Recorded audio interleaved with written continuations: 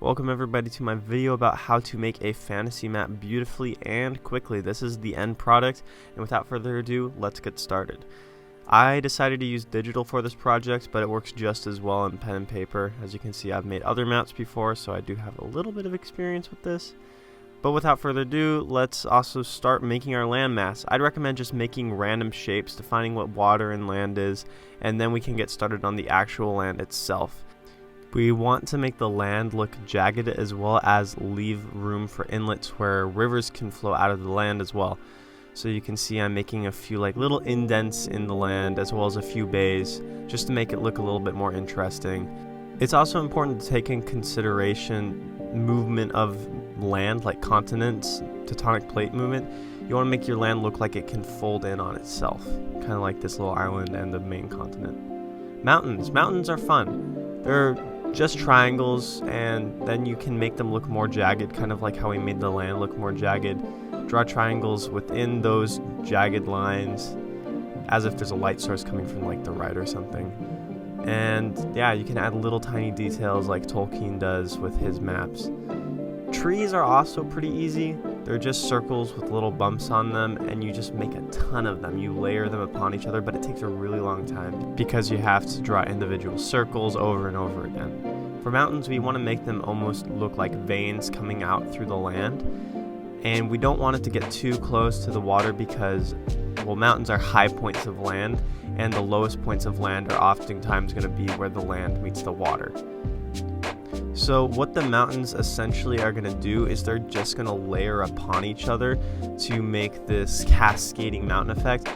And remember, it looks almost like the triangles are feeding into the next triangle. So as you can see, as I make one peak, that peak is going to feed into the shadow of the next peak. And I'm going to build them up down here. And as we get closer and closer to the water, the mountains are probably going to get smaller and smaller. The largest mountains tend to be towards the middle of land. Trees, here we go. As you can see, adding a few pine trees by making triangles, adding some shading. And then the thing you want to do with trees next to the mountains is you want to layer them right underneath them. So as you can see, I'm building them up around the sides to make it look more interesting. Putting them up around the top, just making semicircles, building down to behind the mountains. And in consideration to the scale of this map, you also don't want to make the trees too small because each of these trees represents an entire forest probably. For rivers are fun. Just think lines and then you layer them to make it look like they're cylinders or tubes. They always run down from mountains, and we're going to remember these little inlets we made where the rivers run out to the ocean, and we're going to connect the mountains essentially to those little inlets. So you can see I'm drawing some pencil marks here, just getting an idea of where those rivers are going to go, because this is probably the point where you want to plan out where they're going to go because you don't want to make any wrong moves. So we're going to connect them. Rivers tend to connect, flow downstream away from the high points of land. You can see that we're doing that there. This one splits off from one mountain and goes up towards this little inlet up here. And then you can even make them just go into the mountains and not really show exactly where into the mountains they go. This is all up to you. This is artistic freedom, I guess you could say. And then once we're done with that, I think it's important to address cities. Depending on your map size, you can change the look of your cities. Small scale, you can draw individual houses. Large scale, you're probably just going to end up with dots. And at this point, we're probably going to want to address the size of this map too. I decided to go really, really big. But go ahead and take out a straight edge, make a line, make two dots, make a dot in between that, and a dot in between that, and a dot in between that, and then mark the numbers down from whatever big number you want. I decided to go 100 miles. So this is going to be a really big map. You can add your own artistic elements too here. I'm just making this classic black and white. And now I'm going to add some circles to represent cities. This is a pretty big land, so there's probably going to be quite a number of large notable cities. Most of them probably are going to be towards rivers. Other landmarks, you could have plains, hills, dungeons. Unfortunately, I didn't add dungeons to this map, but in order to fill up that blank space that's just hanging around the cities, you can utilize some of these things. So up here, I'm gonna add some more plains, just like little dots that look like grass. And yeah, what about roads though? Roads are fun. So right now we have this black and white map, and we're definitely going to want a different color to illustrate roads because they're going to pop out a lot more. I personally prefer red and recommend red. You're going to want to make them follow along rivers and outside of forests and through mountain crags and things like that.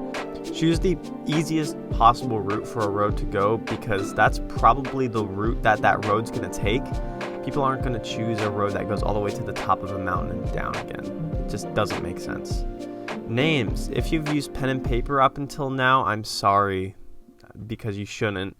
Definitely plan out your map in pencil first. But if you have done your map in pen up to this point, like I have in the past, just use whiteout over the spots that are in your way. I'm going to come up with a couple of names on the spot here, just really quickly. I'd recommend labeling any cities you have, any bodies of water you have, any important rivers, landmarks, even bays, but definitely oceans and seas. Those are really big ones, as well as major cities. I have in the past labeled roads, but that tends to make it look really busy, and if you're going for like a very informational look, I'd recommend that. But if you're going for an aesthetic look, I would definitely keep it limited on how many names you have on the map. Also, if up until this point you've also been using pen and paper, please plan out where you put your land and where you put like your little tiny like measuring thing and your like the name of your map, because you're not going to be able to move around things like I have been doing in my digital version. It's also fun to come up with like a cool calligraphy thing like I have done at the bottom. It's not very good, not that great at calligraphy yet, but the land of want, as you can see.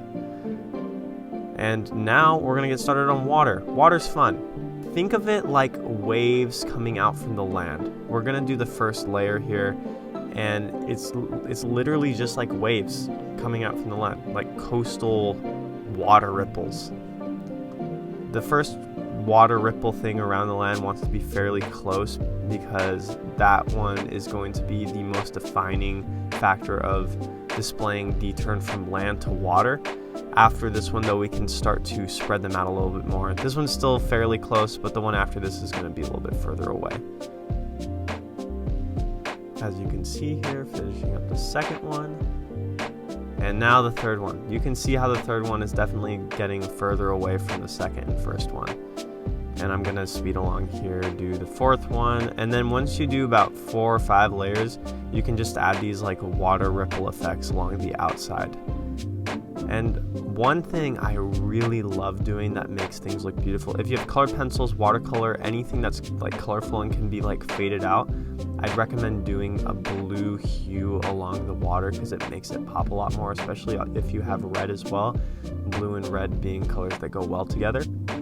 So just do a light blue sketch around the edges, and then once you do one that's pretty light, you can do an even lighter one that makes it look like it fades out into the water ripples.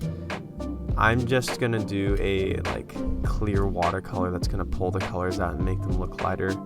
Again, fairly easy if you have digital, but if you're doing it with pen and paper, you could do this with watercolor, but if you're doing it with colored pencil, you can just do like a lighter version on the second time around. So I'm gonna fix this up, and that should be good for that side. Yep, okay, I'm happy with that. Now, I'm going to add one more thing. You do not have to do this. This is completely optional, but I'm going to add like this like blackish watercolor hue around the edge to make it look pretty. Kind of make it look like an old map. You can do this with any color. You can do this with brown, black. I'd recommend some neutral color though. If you did it with like bright red, probably wouldn't look that great. Anyways, this is the final product. As you can see, we have names, trees, mountains, water, the Bay of B, numbers. Yeah, that's it. Thanks for watching.